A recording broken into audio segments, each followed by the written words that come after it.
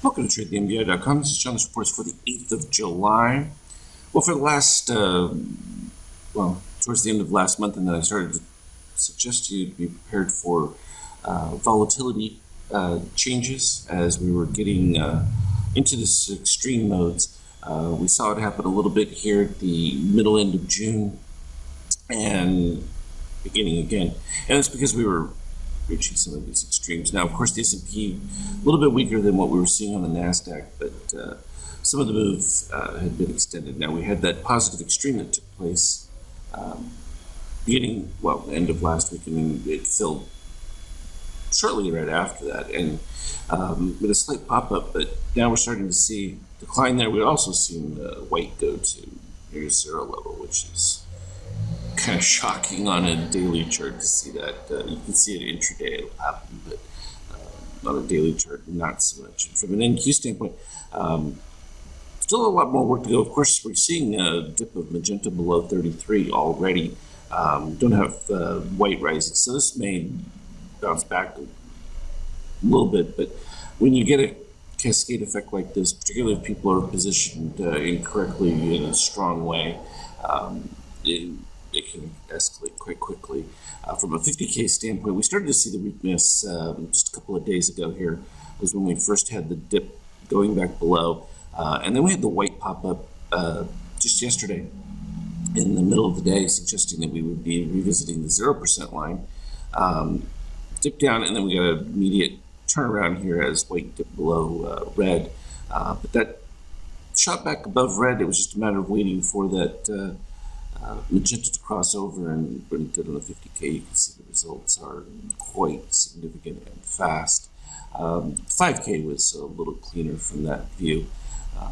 The basics from gold still continuing its rise, though, with this white spike. It might fall back a little bit, and that would not be inconsistent because on down days, a lot of times you'll see commodities take a dip at the same time as well.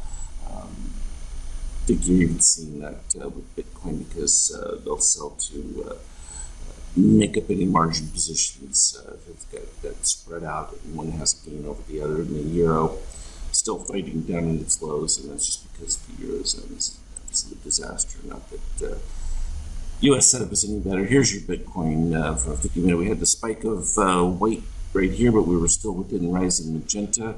Started to break down a couple of times. Like to wait to see that white start to really move up, even if it gets into that +8 category or so. It didn't happen until it actually was crossing white, and that's where you can see pink flipped and still within that setup. Of course, now we get a little dip here below, but no orange setup, so anything is likely to be shallow.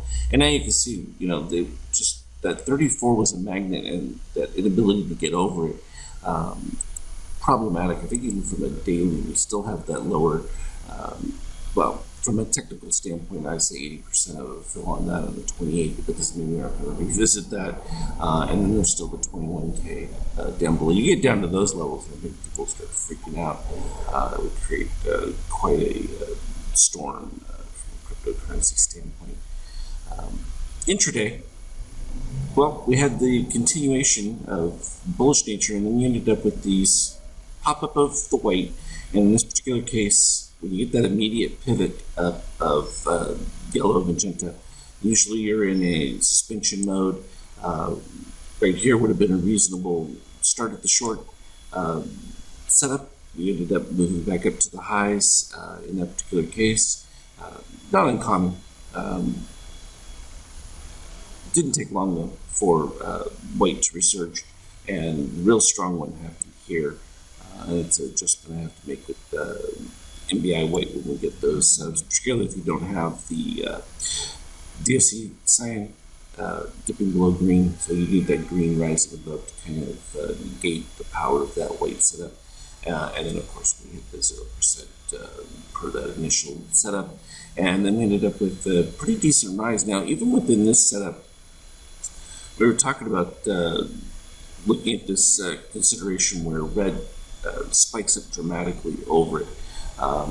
Tends not to be bullish in that setup as much as when you get that magenta pivot. And so it's literally right here when it red breaks back down below that 25-ish level, that the weakness of this configuration kind of ends. And so it's something to look for. I'm working on a way to program this so that you'll be able to see it. There's a lot of little details that have to go through it, DOC steel reset and various other little items, but it usually will represent where you get this little pop and it goes sideways for a little bit, and then usually it's either going to be that break up or down, which is what you would expect in any given case. But we can see from a DOC standpoint, when you get green rising above, you tend to get that more propelled move that takes place, but also shakeout getting towards the 0 point.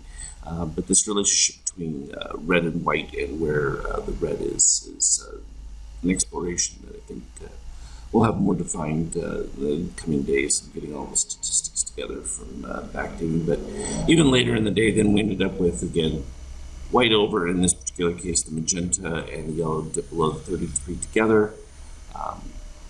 White also makes that dip as well, but the cascade continued lower, and then you got white back over magenta, just as we saw last pop towards the peak, and then you have this strong white setup taking place where magenta and them really don't even get that power spike above, and that was the precursor to really the weakness, and then we get this final white spike at the start of the day, and you can barely see that right there where it peaks above at 27 versus 25.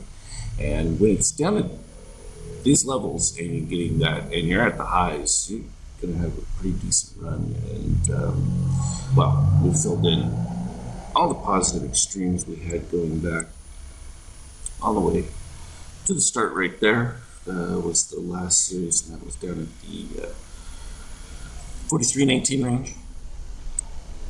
I think there's even potential for that to break down into the 42.78 range, which would be a significant move. And this is that point of volatility that I was talking about, where you had VIX readings in that were reaching these excessive lows and would typically make a pop in between those setups and spike up, and then create a falling wedge again, and then do the same thing. It's been going on for quite some time.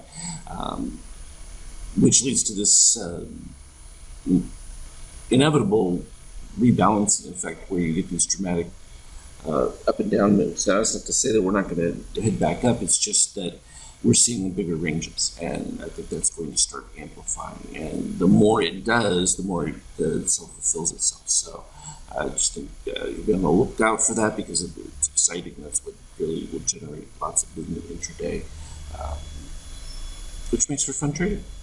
As always, though, I will update details as they come available on the Skype chat, and we'll talk again later. Trade well.